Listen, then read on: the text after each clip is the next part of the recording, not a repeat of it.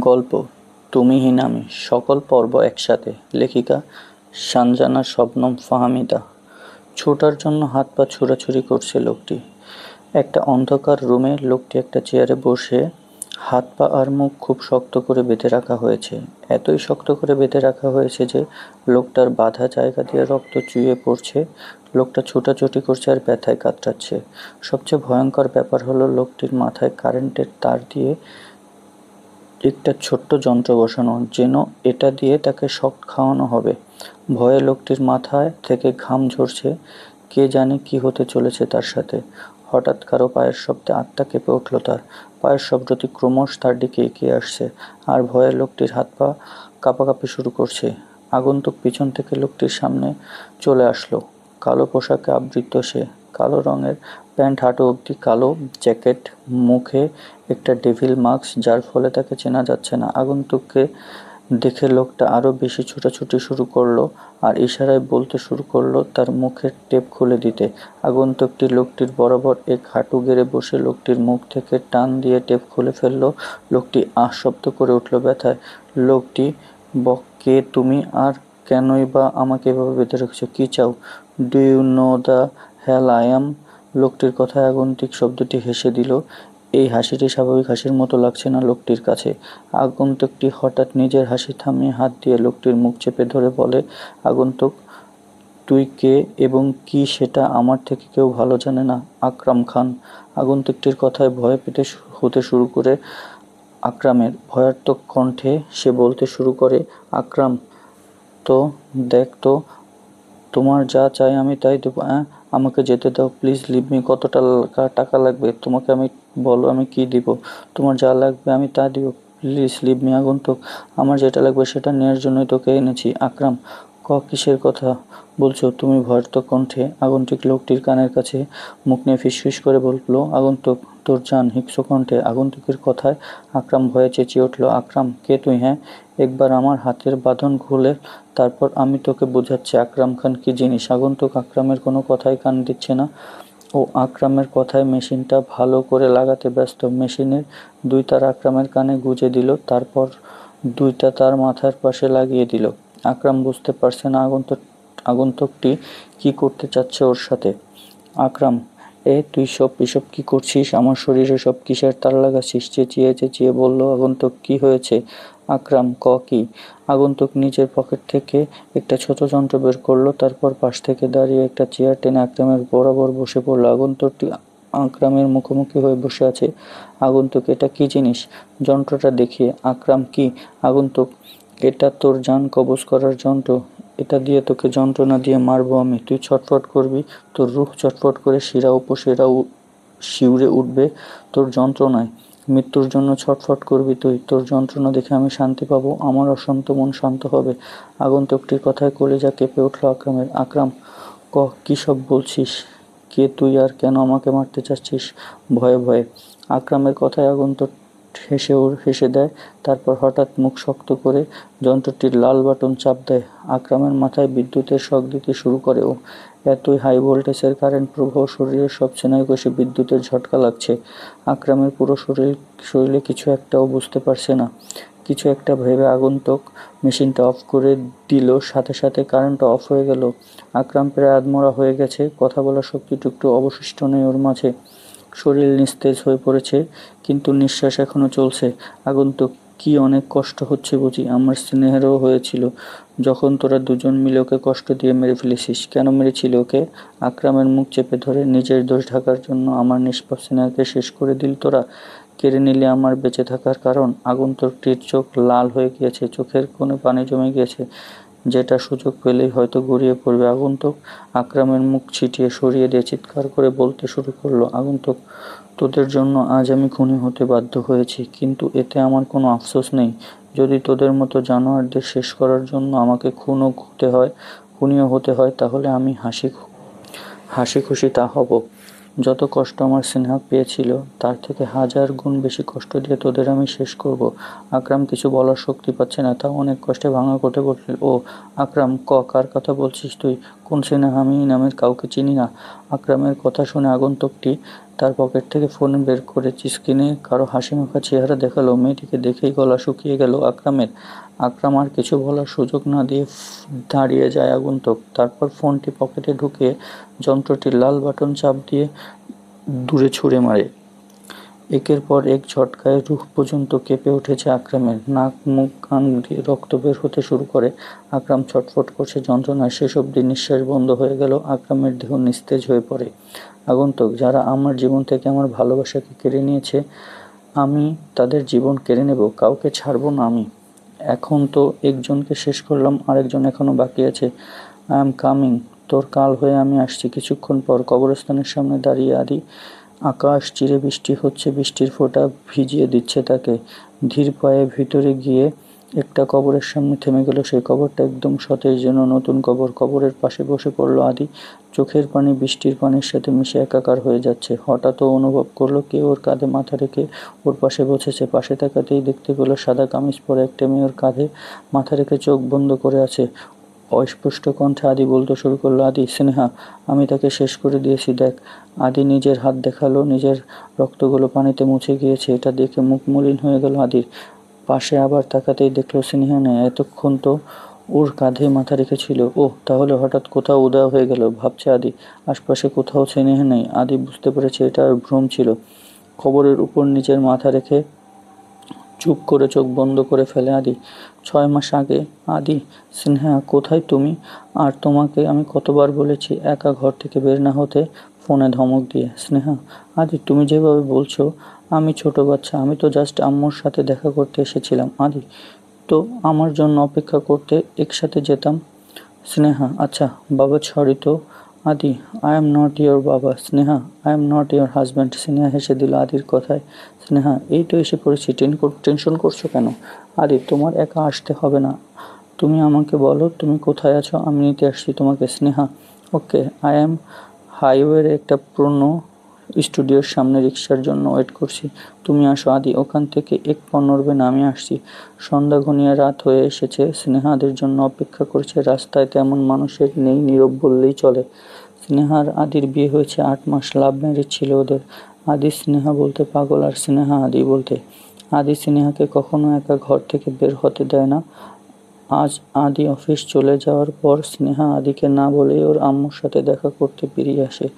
সন্ধ্যার পর ও রওনা দেয়। এতে আদি রেগে ফোনে বকা দেয় ওকে, আর ওখানেই দাঁড়িয়ে থাকতে বলে। হঠাৎ স্নেহা খেয়াল করলো একটা লোক দাঁড়িয়ে দৌড়াচ্ছে, আর তার পিছনে 2জন লোক ছুটছে। দেখতেই বোঝা যাচ্ছে লোকটি তার জীবন বাঁচাতে দৌড়াচ্ছে। স্নেহা বিষয়টি বোঝার জন্য লুকিয়ে পড়ে একটা ট্রাকের আড়ালে। প্রথম লোক, আকরাম, তুই ওই দিক দিয়ে যা। আকরাম, হুম। 2জন মিলে লোকটিকে 2 দিক দিয়ে ঘিরে ধর। আকরাম, তোকে তো মরতেই হবে মাহিদ, আমি তোর জন্য আমাদের সব কালো ধান্দা বন্ধ হতে চলেছে। তাছাড়া তুই মরে গেলে তোর ভাগের শেয়ারও আমরা 2জন পেয়ে যাব, তাই না? অনেক অনেক। তুই যদি আমার নামে কেস না করতি তাহলে তোকে জানে ছেড়ে দিতাম, কিন্তু তুই আমাদের কালো ধান্দার সব ডিটেলস পুলিশকে দেওয়ার চেষ্টা করেছিস। তোকে তো মরতেই হবে, কারণ তুই বেঁচে থাকলে আমরা বাঁচতে পারবো না। মাহিদ, আমাকে ছেড়ে দে দোস্ত। আমি কথা দিচ্ছি আমি কেস উইথড্র করে নিব। সব প্রুফ নষ্ট করে দেবো, তাও আমাকে মারিস না। অনেক। সেটা হয় না রে। কথাটা বলেই গান বের করে শ্যুট করে দিল মাহিদকে। শ্যুটের আওয়াজ কেঁপে উঠল স্নেহা, আর ওর হাত লেগে ট্রাকে শব্দ হয়। শব্দ হতে অনিক আর আকরাম তাকালো সেদিকে। স্নেহা ওদের ভিডিও বানিয়েছে, সেটা দেখে ফেললো ওরা। আকরাম, ও শিট, ধর ওকে। স্নেহার সাথে সাথে দৌড়ে পালাতে শুরু করে। ওর পেছনে আকরাম আর অনেক ছুটছে। দৌড়াচ্ছে স্নেহা, পিছনে আকরাম আর অনেক। দৌড়ানোর মাঝেই স্নেহা ভিডিওটা আদির ফোনে সেন্ড করে দিল। ভীষণ ভয় হচ্ছে ওর। আল্লাহ জানে কি হতে চলেছে ওর সাথে। আকরাম, এই মেয়ে দ্বারা না হলে জান শেষ করে দিব। হঠাৎ একটা পাথরের পা বেজে পড়ে যায় স্নেহার। সাথে সাথে থেমে যায় আকরাম আর অনেক। অনেক এখন পালিয়ে দেখা। স্নেহা উঠছেই পারছে না, পায়ে ভীষণ ব্যথা পেয়েছে ও। ভয়ে শরীর কাঁপতে শুরু করেছে ওর। কান্না চলে আসছে। মনে মনে শুধু আদিকে ডাকছে ও। অনেক, ভালোই ভালোই বলছি, ফোনটা দিয়ে দে আমাদের। স্নেহা কি করবে ভেবে পাচ্ছে না। এভাবে অন্যায়কে জিততে দেওয়া যায় না স্নেহা। আমি পুলিশকে সব বলে দেব, আর এই প্রুফ আমি কিছুতেই তোমাদের দেব না। খুনি তোমরা, you guys are bloody murderer. আমি তোমাদের আদালতের কাঠগড়ায় দাঁড় করিয়ে শাস্তি দিয়াবো। ভয়ে ভয়ে সে বলতে থাকলো। সাথে সাথে ওর গালে চড় মেরে দিল অনেক। তারপর ঝুঁকে স্নেহার চুল মুঠ করে ধরে বলতে শুরু করলো, অনেক, তুই শাস্তি দিয়াবি আমাদের, আগে এখান থেকে বেঁচে ফের, না হয় আমাদের আদালতের কাঠগড়ায় দাঁড় করাস। অনেক হাতাহাতি করে স্নেহার থেকে ফোনটা কেড়ে নিল, তারপর ফোনটা আছড়ে মেরে ভেঙে দিল। ফোনটা টুকরো টুকরো হয়ে ভেঙে গেল। স্নেহা ভয়ে উঠতে নিলেই আকরাম এসে ওর চুল ধরে টেনে দান করা। আকরাম, তুই আমাদের জন্য এই মুহূর্তের সবচেয়ে বড় বিপদ, তোকে বাঁচিয়ে রাখা যাবে না। আকরাম স্নেহাকে ধাক্কা দিয়ে একটা গাড়ির উপর, স্নেহা গাড়ির সাথে বাড়ি খেয়ে পড়ে যায়। স্নেহা, আদি! ড্রাইভ বন্ধ করে দিল আদি। বুক কাঁপছে ওর। গাড়ি থেকে নেমে আশপাশে খুঁজতে শুরু করলো স্নেহাকে। আদি! স্নেহা, দেখো আমি এসে পড়ছি, তুমি কোথায়? আশপাশে খুঁজছে আর ডাকছে স্নেহাকে। আদি! এমন কেন লাগছে স্নেহা, তোমার কিছু হয়েছে? মাথা থেকে ব্লিডিং শুরু হয়ে যায় স্নেহার। স্নেহা পেছাচ্ছে আর আকরাম অনেক এগোচ্ছে। অনেকের হাতে একটা লোহার রড। অনেক অনেক শখ তাই না আমাদের শাস্তি দেওয়ানোর, বাট আফসোস, তার জন্য তুই বেঁচে থাকবি না। স্নেহা, আমার কিছু হলে আমার আদি তোমাদের ছাড়বে না, শেষ করে দেবে তোমাদের। আকরাম, তোকেও তোর কাছ থেকে তাকেও তোর তোর কাছে পাঠিয়ে দিব, চিন্তা করিস না। আসুক তোর আদি, তাকেও দেখে নেব।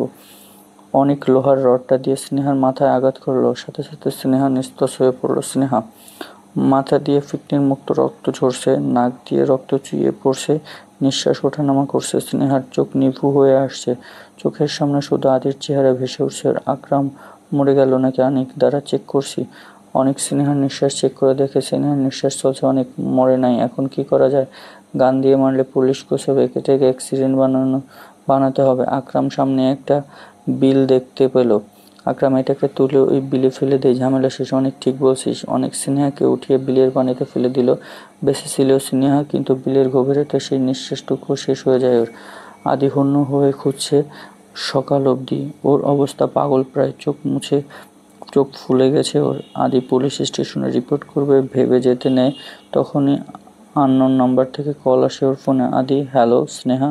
ফোনের ওপাশ থেকে শুনে আদির দুনিয়া ধমকে যায়। নিজের কানকে বিশ্বাস করতে পারছে না। মনে হচ্ছে কেউ শরীর থেকে হৃদয়টাকে আলাদা করে ফেলেছে। কিছুক্ষণ পর বিলের সামনে পুলিশ তদন্ত করেছে। মানুষের ভিড় আশপাশে।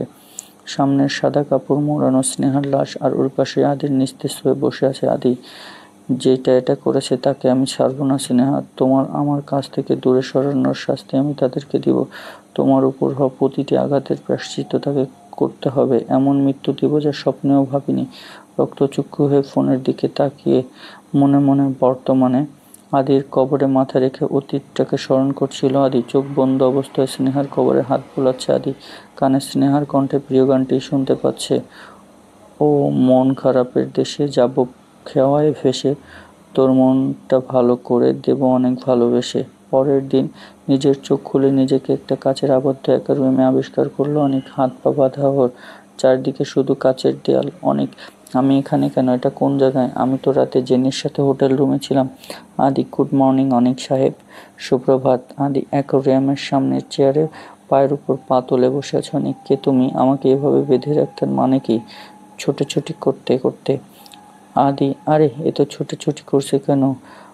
মরে যাওয়ার এত তাড়া কিসের? অনেক, তোর সাহস তো কম না। আমাকে এভাবে আটকে রাখার পরিণাম কি হতে পারে জানা আছে? আদি, জানা আছে। মেরে ফেলবি এটাই তো? আগে নিজে এখান থেকে বেঁচে ফের, তারপর না হয় আমাকে মারার কথা চিন্তা করিস। আদি হাতের একটা রিমোটে চাপ দিতেই অ্যাকোয়ারিয়ামের নিচ থেকে পানি বের হতে শুরু করে। অনেক, এ পাগল হয়ে গেছিস? এটা কি করছিস? এটা আমার বাঁধন খোল আর এই পানি থামা, ইউ সাইকো। পানি উঠতে উঠতে শরীর উপরের দিকে উঠছে। অনেক পাগল প্রায় চিল্লাতে চিল্লাতে। আদি, একটু ডুব দিয়ে আয়, দেখ পানিতে ডুবতে কেমন লাগে, কত যন্ত্রণা হয়, নিঃশ্বাস নিতে কতটা কষ্ট হয়, আত্মাটা ছটফট করে করে বাঁচার জন্য। অনেক, কে তুই? কেন মারছিস আমার সাথে? আমি তোর এমন কি ক্ষতি করেছি তোর সাথে? আদি কিছু বলছে না, তৃপ্তির চোখে দেখছে শুধু। পানি উঠে অনেকের মাথার উপরে চলে এসেছে। নড়তেও পারছে না, বাঁচতেও পারছে না অনেক।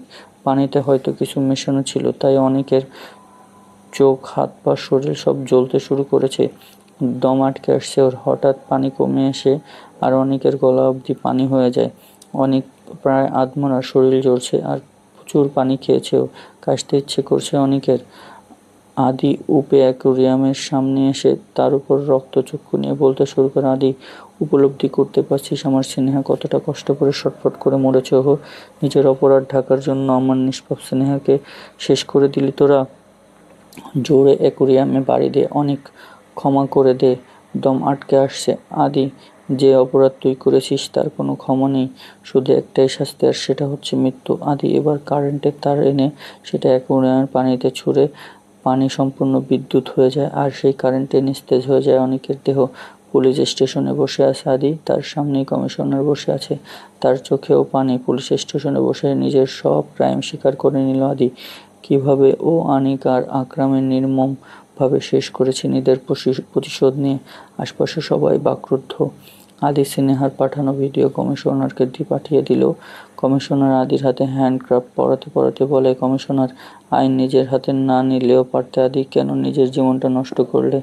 আদি কমিশনারের কথায় হালকা হেসে বলল, আদি, যারা আমার ভালোবাসাকে কষ্ট দিয়েছে তাদের নিজ হাতে শাস্তি দিতে পেরেছি, এটাই আমি সার্থক। জীবন তো তখনই থমে গিয়েছিল যখন সে চলে গিয়েছে, রুহ তো তার সাথেই চলে গিয়েছে। এই দুনিয়াতে যেটা আছে সেটা শুধু আমার নিস্তেজ শরীর। জেলের চার দেয়ালে বন্দি আদি, চারদিকে নিস্তেজ অন্ধকার। 6 মাস আগে তার জীবন কেমন ছিল আর এখন কেমন হয়েছে। হঠাৎ সেই চিরচেনা গায়ের গন্ধ পেল আদি, পাশ ফিরেই স্নেহার হাসিমাখা মুখ দেখতে পেল। স্নেহা দেখে আদির ঠোঁটের কোণে হাসি ফুটে উঠল। আদি, আজ একটু বেশি দেরি করে ফেলেছ জান। স্নেহা, দেরি কোথায় আদি, আমি তো আছি ছায়ার মতো তোমার পাশে। আদির স্নেহার কোলে মাথা রেখে চুপটি করে চোখ বন্ধ করে নেয়। এই মুহূর্তে এই জায়গাটি ওর কাছে সবচেয়ে শান্তিময়। আদি, তুমি তো আমার সব স্নেহা, তাহলে তুমিহীন আমি কি করে বাঁচি? সূর্যের কিরণ পড়তেই কেন অন্ধকারের সাথে মিশে যাও তুমি? যেও না প্লিজ, আমার খুব কষ্ট হয় তোমাকে ছাড়া। এভাবেই আমার পাশে থেকো, বাচ্চার মতো করে।